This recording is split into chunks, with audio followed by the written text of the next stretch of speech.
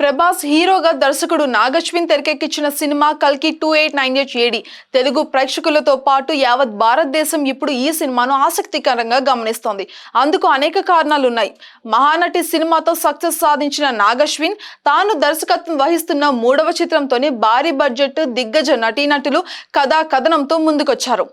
పురాణాలను భవిష్యత్తుతో link చేస్తూ ఈ కథను తీర్చిదిద్దారు. కల్కి సినిమా బడ్జెట్ 600 కోట్లు అయితే దాటింది. భారతీయ సినీ చరిత్రలో అత్యంత భారీ బడ్జెట్ తో రూపొందించిన సినిమా ఇదేనని ట్రేడ్ వర్గాలు అయితే అంచనా వేస్తున్నాయి. ఈ సినిమా పూర్తవ్వడానికి 4 ఏళ్ల కంటే ఎక్కువ సమయమే పట్టింది. హాలీవుడ్ సినిమాలను తలదన్నేలాగా ఈ సినిమాలో సన్నివేశాలు విఎఫ్ఎక్స్ ఉండనున్నాయట. ఇక 3 ప్రపంచాల మధ్య యుద్ధం ఈ సినిమా కథ. సెట్స్ కోసమే పెద్ద మొత్తంలో ఖర్చు చేశారు. ఇక భైరవ ప్రభాస్ ఉపయోగించే వాహనం బుజ్జి కోసమే 4 కోట్లు ఖర్చు పెట్టారు. మహేంద్ర రీసెర్చ్ వ్యాలీ టీమ్ తో పాటు కోయంబత్తూర్లోని జయం ఆటో ఇంజనీరింగ్ నిపుణులతో ఈ సూపర్ కార్ ని రూపొందించారట. ప్రేక్షకులకు హై క్వాలిటీ చిత్రాన్ని అందించే ఉద్దేశంతోనే భారీగా ఖర్చు చేసినట్టుగా చిత్ర బృందం అయితే తెలుపుతోంది.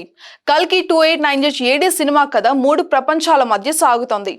భూప్రపంచమంతా వనరులు కోల్పోయి నిర్వీర్యమైన దశలో కాశీ పట్టణాన్ని రూపొందించారు. అన్ని వనరులు ఉండే ఆకాశం కోసం కిలోమీటర్ల పరిధిలో కాంప్లెక్స్ ను డిజైన్ చేశారు. సర్వ మతాలకు చెందిన శరణార్థులు ఉండే ప్రపంచంగా శాంబలాను చూపించారు. వీటి అవుట్లుక్ మొత్తం కూడా విఎఫ్ఎక్స్ లో చూపించారు మనకి. ఇందుకోసం 700 విఎఫ్ఎక్స్ షాట్స్ ను ఉపయోగించారని సమాచారం అయితే ఉంది. Prime focus, DNEG, the Embassy visual VFX తదితర దిగ్గజ సంస్థలు కల్కి సినిమా కోసం పనిచేశాయి. హాలీవుడ్ లో Harry Potter, Interstellar, Dune, Blade Runner లాంటి సినిమాలకు పనిచేసిన టీం కల్కి కోసం పనిచేసింది. ఇక ఈ సినిమాకు కల్కి 2898 ఏడి అని టైటిల్ పెట్టడం వెనుక అద్భుతమైన లాజిక్ అయితే ఉంది.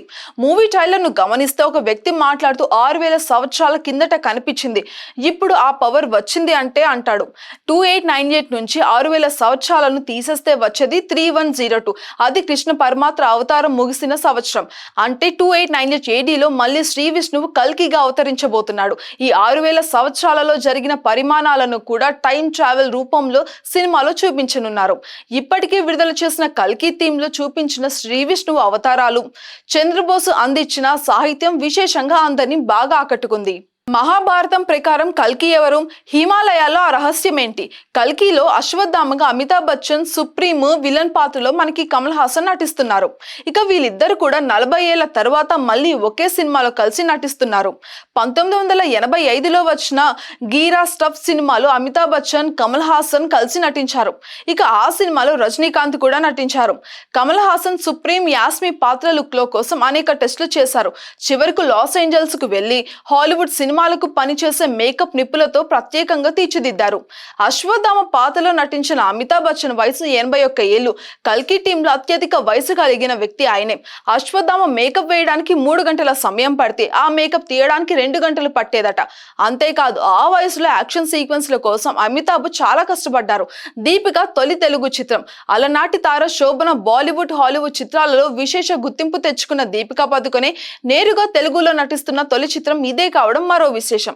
అంతేకాదు అలనాటి అందాల తార శోభన దాదాపు 18 ఏళ్ల తర్వాత చేస్తున్న తెలుగు సినిమా ఇది. మరియం పాత్రలో శోభన మనకి కనిపించారు. ఇక ఈ సినిమాలో కొన్ని సర్ప్రైజులు కూడా ఉన్నాయన్నమాట. దుల్కర్ సల్మాన్, ముర్నల్ ఠాకూర్, విజయ్ దేవరకొండ ఇక ఇలాంటి కొందరు యువ నటీనటులు మనకి అతిథి పాత్రలో ఈ సినిమాలో కనిపించబోతున్నారు.